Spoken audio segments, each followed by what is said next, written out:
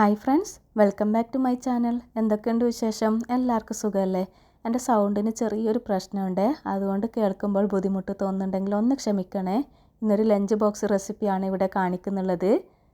ഇവിടെ പാത്രം ചൂടായി വന്നപ്പോൾ കുറച്ച് ഓയിൽ ഒഴിച്ചെടുത്തിട്ടുണ്ട്.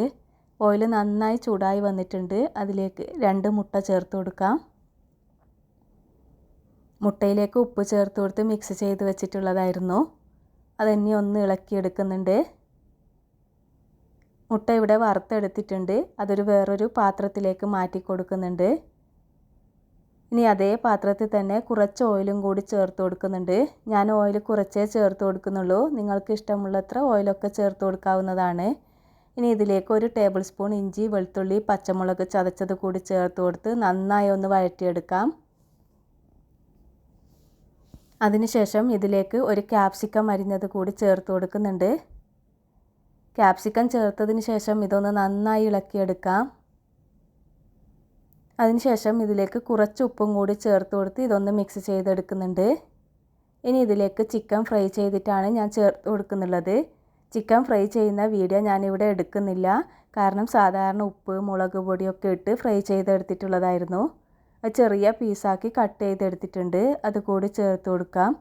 നിങ്ങൾക്ക് ഇഷ്ടമുള്ള മസാല ചേർത്ത് ചിക്കൻ ഫ്രൈ ചെയ്യാവുന്നതാണ്.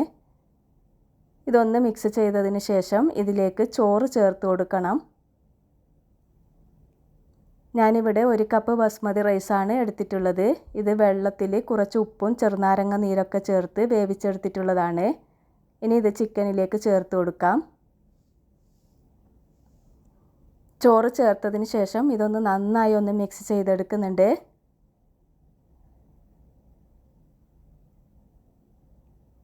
ഇതൊന്ന് മിക്സ് ചെയ്തതിന് ശേഷമാണ് ഇതിലേക്ക് നേരത്തെ റെഡിയാക്കി വെച്ചിട്ടുള്ള മുട്ട ചേർത്ത് കൊടുക്കുന്നുള്ളത്.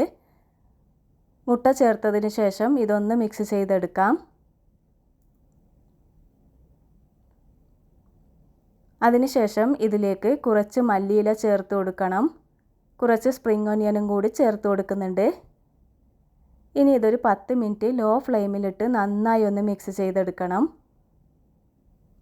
ഇത് ലഞ്ച് ബോക്സായി കൊടുത്തുവിടാനൊക്കെ നല്ലൊരു റെസിപ്പിയാണ്. പെട്ടെന്ന് തന്നെ നമ്മൾക്ക് തയ്യാറാക്കാൻ പറ്റും. ഇതിൻ്റെ കൂടെ കറിയുടെ ഒന്നും ഒരാവശ്യവുമില്ല.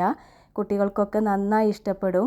പിന്നെ എൻ്റെ വീഡിയോ ആദ്യമായിട്ടാണ് കാണുന്നതെങ്കിൽ ഒന്ന് ലൈക്ക് ചെയ്യാനും സബ്സ്ക്രൈബ് ചെയ്യാനും കമൻറ്റ് ചെയ്യാനും ഒന്നും മറക്കരുത്. ഇതുപോലെയുള്ള സിമ്പിൾ റെസിപ്പിയുമായി വീണ്ടും കാണാം. Thank you for watching.